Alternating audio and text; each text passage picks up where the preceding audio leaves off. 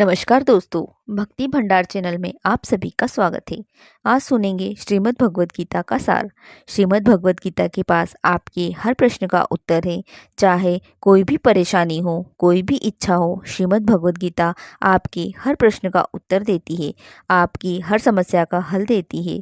चाहे वह परेशानी आपके मन की हो या आपके धन की हो या आपके शरीर की हो, आपको अपनी हर समस्या का उत्तर श्रीमद् भगवद गीता में ज़रूर मिलेगा।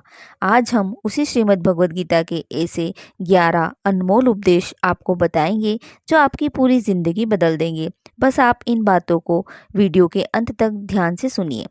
श्रीमद् भगवद गीता का सबसे पहला उपदेश यही है कि कोई अगर आपका अपना या कोई आपसे बड़ा हो तो उसको अपने प्रति गलत व्यवहार कभी भी सहन नहीं करना चाहिए। ये गीता का उपदेश हमारी ज़िंदगी से भी जुड़ा है। हम भी अपने मन की अधिकतर तकलीफ़ों को ये सोचकर ज़िंदगी भर सहते रहते हैं कि ये तो मेरा अपना है, ये तो मेरा बड़ा है, इसको हम कैसे कुछ कह सकते हैं। हम अगर नहीं सहेंगे, कुछ कह देंगे तो हमारे रिश्ते खराब हो जाएंगे, हमारे रिश्ते ही समाप्त हो जाएंगे। पर सोचने की बात यह है कि उस व्यक्ति को हम अपना कैसे मान सकते हैं जो आपकी तकलीफ़ों की वजह हो। अपना तो वो होता है जो हमारी तकलीफ़ों को दूर कर दे। गीता का ये उपदेश है कि किसी को भी अपना फ़ायदा मत उठाने दो, किसी को भी खुद पर जुल्म मत करने दो, क्योंकि आप जितना सहेंगे लोग आपको उतना ही सहने के लिए मजबूर करेंगे। गीता का पहला अध्याय जिसका नाम अर्जुन विषाद योग और दूसरा अध्याय सांख्य योग, जिसके आरंभ में अर्जुन ने श्री कृष्ण के आगे अपना दुख प्रकट किया कि हे केशव, मैं कैसे युद्ध कर सकता हूँ। ये सब तो मेरे अपने ही हैं। मैं कैसे भीष्म पितामह और द्रोणाचार्य से युद्ध करूँगा, क्योंकि वे दोनों तो मेरे पूजनीय हैं। इन गुरुजनों को मारने से तो अच्छा है कि मैं भिक्षा के अन्न को खाकर अपना जीवन गुजारा करूं। और जिन कौरवों से मैं युद्ध करने जा रहा हूँ, ये सब धृतराष्ट्र के पुत्र मेरे भाई हैं, मेरे अपने ही हैं। इन सबको मारने से अच्छा है कि मैं सन्यासी बन जाऊं। तो श्री कृष्ण ने अर्जुन से कहा कि यह कौन अपना है, कौन पराया है। जो अधर्म करता है उसके साथ युद्ध करना तुम्हें मोक्ष और मुक्ति देगा। तुम अपने इस मन के मोह को त्याग दो, नहीं तो सारा जग तुम्हारी निंदा ही करेगा, तुम्हें डरपोक ही कहेगा। बात अपने पराये की नहीं, बात धर्म अधर्म की है, बात सही गलत की है। अगर तुम गलत को सहोगे तो उसका अंत नहीं करोगे तो गलत करने वाले को और बल मिलेगा और वह और गलत करेगा। इसीलिए मन के मोह को त्याग करके तुम युद्ध कर। महाभारत की एक और कहानी है कि जब अर्जुन के पुत्र अभिमन्यु की युद्ध में मृत्यु हो जाती है, तब अर्जुन बहुत दुखी होता है और रोने लगता है। वो श्री कृष्ण से कहने लगा कि मेरा पुत्र अभिमन्यु मर गया है, ये दुख सहन नहीं कर सकता, मैं भी अपने आप को समाप्त कर लूँगा। फिर भगवान श्री कृष्ण उसे आत्माओं के लोक में लेकर गए, जहाँ अभिमन्यु आनंद से बैठा हुआ था।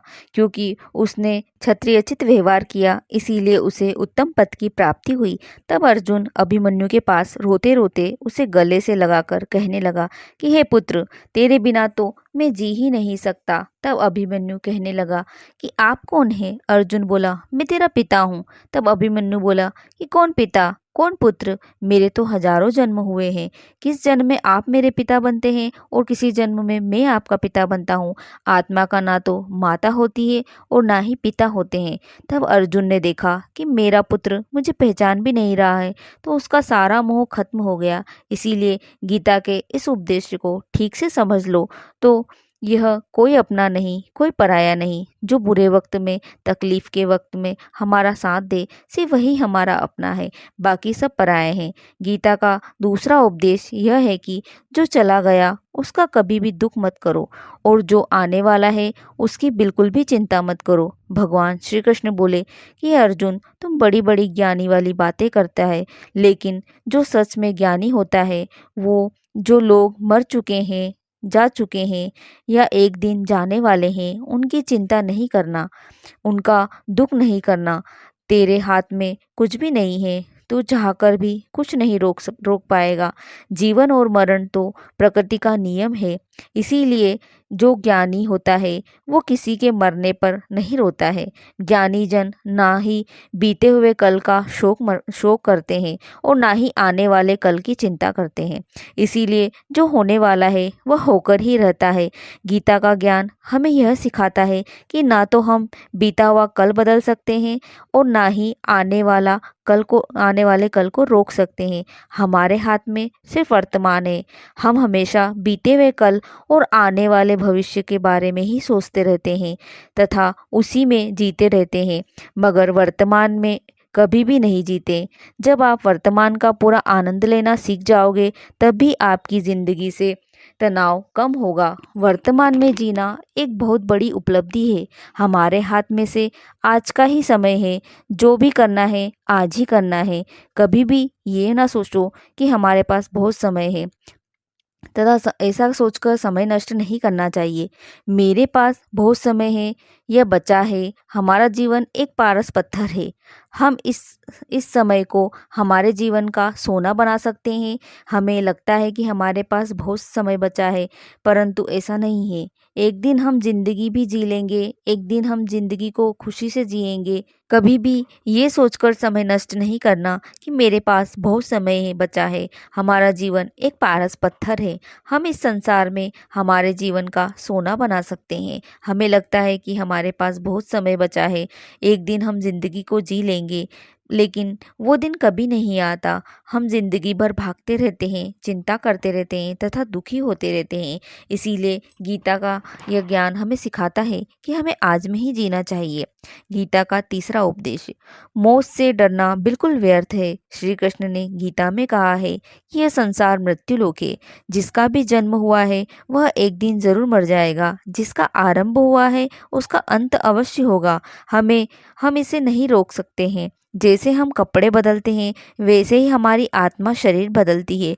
मृत्यु सिर्फ इस जीवन का एक नया आरंभ है, इस जीवन का अंत नहीं। आत्मा कभी नहीं मर सकती और ना ही इसे कोई मार सकता है, लेकिन मौत का डर मनुष्य को सबसे अधिक लगता है। अगर हम इस बात को समझ लें कि हम यहाँ से कुछ समय के लिए ही आए हैं तथा आनंद लेने आए हैं, तो हमारे सारे दुख समाप्त हो जाएंगे। मोह के कारण हमारा जीवन दुखों से भर जाता है। गीता का चौथा उपदेश, श्री कृष्ण कहते हैं कि अपने मन में आए विचारों का जब तक त्याग नहीं करोगे तब तक तुम्हें शांति नहीं मिलेगी। हमारे मन में जब तक मोह माया और विचारों का वेग रहेगा तब तक मन को शांति तथा सुकून नहीं मिलेगा। सुकून और शांति हमारे भीतर ही होती है। इन बाहरी वस्तुओं में कुछ भी नहीं रखा है तथा गीता का उपदेश हमें सिखाता है कि जीवन में शांत रहना चाहिए तथा मन को शांत रखना चाहिए। गीता का पांचवा उपदेश, वासना, लालच, लोभ सर्वनाश का कारण है, नरक का द्वार है। जिस भी मनुष्य में ये तीनों अवगुण होते हैं वे हमेशा दूसरों से अपने सुख और स्वार्थ की पूर्ति करता रहता है। किसी भी चीज की हद से ज्यादा वासना होना और क्रोधी स्वभाव होना, मन में लालच होना उसके जीवन के सुख का समाप्त कर देते हैं। उसके सारे रिश्ते में जहर भर देते हैं। उन्हें नरक का द्वार इसीलिए कहा गया है। जिस भी मनुष्य में वासना, लालच, क्रोध, उसका सारा जीवन जहर से भर जाता है। उसको मरने के बाद नहीं बल्कि जीते जी ही नरक के दर्शन हो जाते हैं। गीता का छठा उपदेश यह है कि सब भगवान एक ही है, कोई छोटा बड़ा नहीं है। सब परब्रह्म परमात्मा है, अलग अलग रूप और नाम है। गीता का उपदेश हमें यह सिखाता है कि किसी भी दूसरे इष्ट को छोटा नहीं समझना चाहिए। गीता का सातवां उपदेश कि सुख की इच्छा आखिर में हमारे दुखों का कारण बनती है। श्री कृष्ण अर्जुन से कहा कि मनुष्य जितने सुखों की लालसा करता है उतना ही उसकी इंद्रियां संसार का सुख तथा आकर्षण का गुलाम बन जाती है। जितना वह सुख के पीछे भागेगा उतना ही उसे दुखों से गुजरना पड़ेगा। गीता का आठवां उपदेश यह है कि जो भी मनुष्य दुनिया के सारे सहारे छोड़कर सिर्फ भगवान को ही अपना सहारा मान लेता है उसकी हर जरूरत वह ईश्वर पूरी करता है। इस प्रकार से वह रक्षा करता है। परमात्मा ही है जो उसकी रक्षा करता है। गीता का नौवां उपदेश यह है कि संसार में हमारा कुछ भी नहीं है। गीता का सार हमें आपने सुना ही होगा, गीता में आपने सुना ही होगा कि तुम्हारा क्या गया जो तुम रोते हो, तुम क्या लेकर आए थे जो तुमने खो दिया? तुमने क्या पैदा किया जो नष्ट हो गया? तुमने जो लिया यहीं से लिया। जो आज तुम्हारा है वह कल किसी और का होगा, क्योंकि परिवर्तन इस संसार का नियम है। गीता का 10वां उपदेश हमें यह सिखाता है कि किसी से भी हद से ज़्यादा मोह कभी मत रखना। श्री कृष्ण ने गीता का पूरा ज्ञान ही अर्जुन के मोह को नष्ट करने के लिए कहा है। ये मोह ही है जो मनुष्य को सबसे ज़्यादा रुलाता है। मोह इतना बलवान है कि शेर जैसे इंसान को भी गीदड़ बना देता है। जो अर्जुन युद्ध में देवताओं से भी जीत गया, पर अपने रिश्तेदारों को युद्ध में देखकर उसका हाथ कांपने लगा। वो बोला कि हे केशव, मेरे हाथ में धनुष पकड़ने की ताकत भी नहीं रही, मेरे हाथ कांप रहे हैं, मैं युद्ध नहीं कर पाऊंगा। यह मोह बहुत दर्द देता है, जिसे कई लोग सहन नहीं कर सकते और अपनी जिंदगी समाप्त कर लेते हैं। यह सब मोह के वश में ही करते हैं। लोग वैसे नहीं होते जैसे वह दिखाई देते हैं। हम मोह के कारण उनकी सच्चाई नहीं देख पाते हैं। गीता का 11वां उपदेश यह है कि इस दुनिया में अगर आए हो तो दुख तो मिलेगा ही मिलेगा। दुख से कभी डरना मत। श्री कृष्ण कहते हैं कि यह संसार दुखों का घर है। जैसे औषधालय में औषधि मिलती है, पुस्तकालय में पुस्तक मिलती है, चिकित्सालय में चिकित्सा मिलती है, वैसे ही श्री कृष्ण ने इस संसार का नाम दुखालय रखा है। यहाँ संसार में सबको दुख मिलता है। यहाँ कोई भी हमेशा नहीं रहता। गीता का यह ज्ञान हजारों साल पुराना है, लेकिन आज भी नए से नया है। पूरे विश्व में गीता को सबसे ज़्यादा पढ़ा गया है, पर समझा सबसे कम गया है। श्रीमद् भागवत गीता के 11 उपदेश प्रत्येक मनुष्य को अपने जीवन में उतारने चाहिए तथा उस पर अमल करना चाहिए। ये उपदेश आपको कैसे लगे हमें कमेंट कर जरूर बताइए। जय श्री कृष्णा।